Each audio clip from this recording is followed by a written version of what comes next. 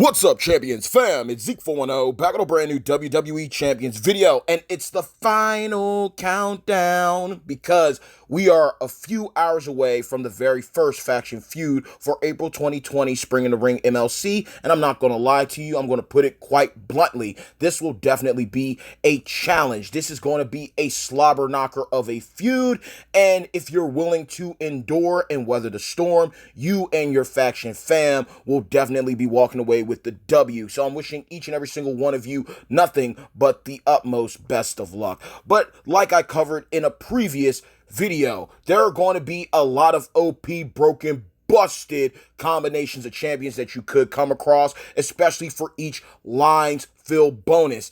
For the top fill bonus, we have starting Black MP +2 multiply gem generation, and they actually did a little alternation here and included increasing your war score by 10% if you have modern era powerhouse Drew McIntyre, the Sinister Scotsman, as well as a powerhouse. Now, let's be realistic, like I covered in a past video, the powerhouse that's going to be here more than likely over anybody is going to be legend powerhouse Hulk Hogan, the Immortal, who just had a in-game mega superstar loot banner alongside Mr. T, legend striker T. So that is something to consider, but as you can tell, my broski here, Vader, also utilizes the black right here. Also, you can think about a guy like Big Cass could be here. There's a multitude of champions that are powerhouses that do run the black, including Mark Henry with the Santa gear. That'll also be a problem, so please tread lightly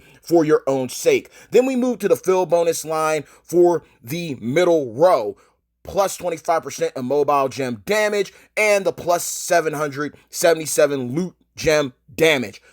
Right here, again, having Mr. T here with the immobile gem damage, as well as Tyler Breeze, Prince Pretty, okay, immobile gem damage out the wazoo. One of the few times you'll see, Paul Orndorff, Mr. Wonderful, having a benefit to your roster is going to be fascinating to come across. But then again, you could run into other top-notch strikers here. So that's something to keep into account.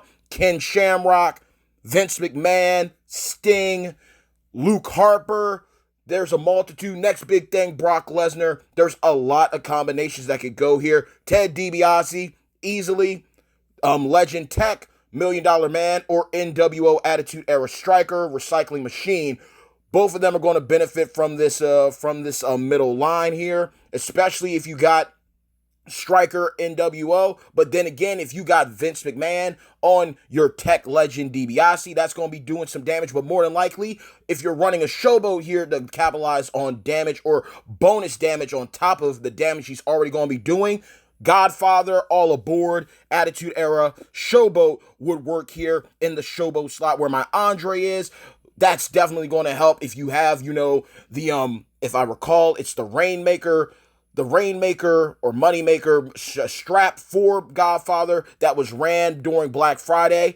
If you have that on him, plus you have Vince for the loot gem damage combined with the 777, when he hits that finisher to turn the entire board into loot gems or loot boxes, whatever you want to call them, he's going to be hitting hard and fast, especially with keeping into account if you already have maxed out perks on top of that. But I got my broski Andre here, just to run defense for AI when it comes to my opponents. I'm not going to be using him for points, but I have him there to be an annoyance for opponents when they go up against him when it comes to their AI setups and matchups in the upcoming time. But think about this too. Matt Hardy could be utilized, Hacksaw Jim Duggan, woo, Slick Ric Flair, The Fiend. There's a lot of other showboats that could also go here, and they are going to work wonders for you, but tread lightly. They are high in health. They don't really hit that hard unless you got some maxed out, topped off straps and metal combinations going, but that it's still a possibility. Again, finally, for the fill bonus down below, you have Hall of Fame, so Booker T, Scott Hall, Eddie Guerrero, Sting. These guys are all going to be beast mode during this feud. Now, again, in my opinion, Booker T, Eddie Guerrero, and Scott Hall are definitely going to be more of a problem with Showboat Sting, yeah, he's going to be there and he can blow up a board like crazy, but he isn't going to be hitting that hard. And if you do have the right strap and metal combos going, it's going to be literally like a pillow fight. We already know how people feel about the meta moving forward with this MLC. Use it towards your advantage. Learn something from your AI opponents, from the LT tours, and apply it to your roster so you can walk away doing a little better. At least they're having a higher survivability rate when it comes to this upcoming weekend. Then you got a Trickster node, you have a Technician node, as well as an Acrobat node. So again, you can run into Deadman, Zombie Brock, Zombie Cena, Rated R Superstar Edge. You can run into a boatload of opponents where my big show is at. Technicians, Doink the Clown, Bruno Sammartino, Aleister Black, Jake the Snake Roberts. You're going to have a lot of offensive, defensive hybrid champions that can come into play, that can work against your opponent's AIs, or you can have hard-hitting champions that are going to benefit you with spamming through matches and getting your score nice and easily. And finally, of course, we got Acrobats, Rey Mysterio, X-Pac, Ricochet, Jimmy Uso, Andrade El Idolo. There's a lot of options here. So there's many ways you can build your roster. Obviously, you're going to have your right out of the gate turn one champions when you got the benefit of the perks combined with the line bonuses. And again, the final row bonus, the bottom row is plus 25%. So that's going to help out a lot of champions.